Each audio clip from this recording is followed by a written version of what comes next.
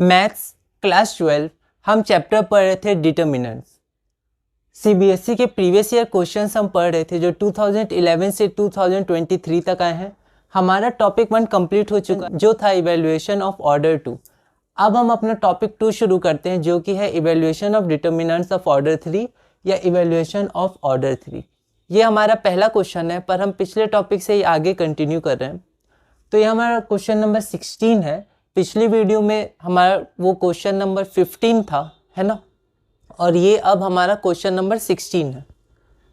तो हमारा question number 16 है the value of determinant is. तो ये हमारा डिटर्मिनेंट है, हमें इसकी वैल्यू निकालनी है। सीबीएसई 2023 में आया है, 1 मार्क का क्वेश्चन है। ये ऑप्शन है, एक बार आप इसे ट्राई करिए, फिर हम आगे बढ़ते हैं। तो यहाँ पर सबसे पहले हमारे पास जो डिटर्मिनेंट है उसको हमने डेल मान लिया है, ठीक है। आप ए भी मान सकते हैं, पर यहाँ हमने डेल्टा का सिंबल लिखा है इज इक्वल टू ये गिवन डिटर्मिनेंट है। अब इसको एक्सपेंड कैसे करें? तो एनसीईआरटी में जब हम लोग देखेंगे तो उसमें कोई प्रॉपर्टीज नहीं दी हुई है, ठीक है, जैसे रो 1 माइनस रो 2 या कॉलम 1 माइनस कॉलम 2, है ना। तो बोर्ड में हमें डायरेक्ट एक्सपेंड करना है। तो हम बस एक रूल याद रखेंगे कि जहाँ पर जीरो ज़्यादा हो जिस रो या कॉलम में, उसके अलोंग हम एक्सपेंड करेंगे, ठीक है।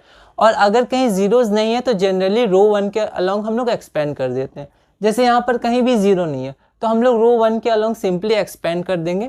वैसे किसी भी रो या किसी भी कॉलम के अलोंग एक्सपेंड करने से आंसर सेम आएगा, पर क्योंकि यहाँ कोई जीरो है नहीं तो हम लोग सीधा R1 के अलोंग रो 1 के अलोंग एक्सपेंड कर देते हैं। एक्सपेंडिंग डेल या डेल्टा जो हमारा डिटर्मिनेंट है अलोंग R1, ब्रैकेट में मैंने रो 1 लिख दिया, पर आप ये नहीं भी लिख सकते हैं, सीधा R1 लिख सकते हैं, क्योंकि ये R1 का मतलब रो 1 ही होगा, ठीक है।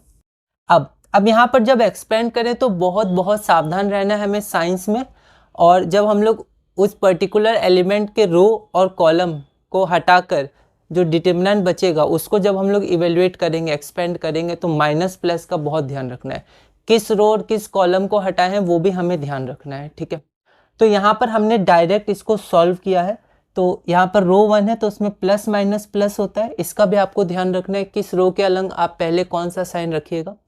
तो ये प्लस तो +2 और ये हट जाएगा, ठीक है। तो बचा ये, तो इसमें 1 1s are 1 और 8 1s are 8, तो 1 - 8, है ना, आपको ध्यान रखना है, ठीक है। तो आपको मेंटली इसको करना है और फिर आगे बढ़ना है। फिर 7 तो -7, फिर ये रो और ये कॉलम हटेगा तो 1 1s are 1 और -10, तो 1 - 10 +1 तो 1 8s are 8 -10, तो 8 - 10, ओके। फिर इसको हमने सॉल्व किया, फिर सॉल्व करके हमारा आंसर आ गया 47, जो कि ऑप्शन नंबर ए है। तो हमने ऑप्शन ए को यहाँ लिख दिया। तो ये हमारा पहला क्वेश्चन था टॉपिक 2 का, जो कि ऐसे क्वेश्चन नंबर 16 है।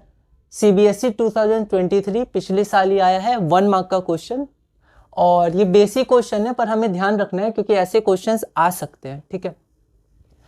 तो इस वीडियो में इतना ही। अगली वीडियो में हम लोग अगला क्वेश्चन करेंगे और अपने टॉपिक 2 इवैल्यूएशन ऑफ ऑर्डर 3 में आगे बढ़ेंगे।